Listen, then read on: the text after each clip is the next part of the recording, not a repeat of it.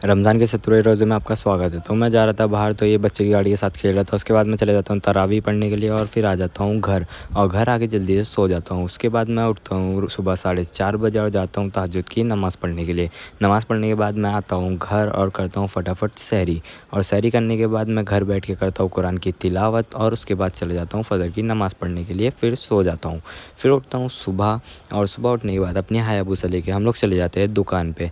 अब दुकान पे जाने के बाद वहाँ पे था थोड़ा काम, तो जल्दी जल्दी करते हैं सब काम फिनिश और लगाते हैं एक ग्लास, और फिर उसके बाद मैं चला जाता हूँ ज़ोहर की नमाज़ पढ़ने के लिए। नमाज़ पढ़ने के बाद मैं आता हूँ घर और फिर चले जाता हूँ असर की नमाज़ पढ़ने के लिए। अब बाहर निकलता हूँ तो देखता हूँ सामने बकरी का बच्चा ये स्टंट कर रहा था। फिर उसके बाद हम लोग चले जाते हैं कुरान की तिलावत करने के लिए, और तिलावत करने के बाद करते हैं हम लोग फिर फटाफट इफ्तारी, और इफ्तारी करके हम लोग जाते हैं मस्जिद में मगरिब की नमाज़ पढ़ने के लिए। फिर उसके बाद मैं चले जाता हूँ घर।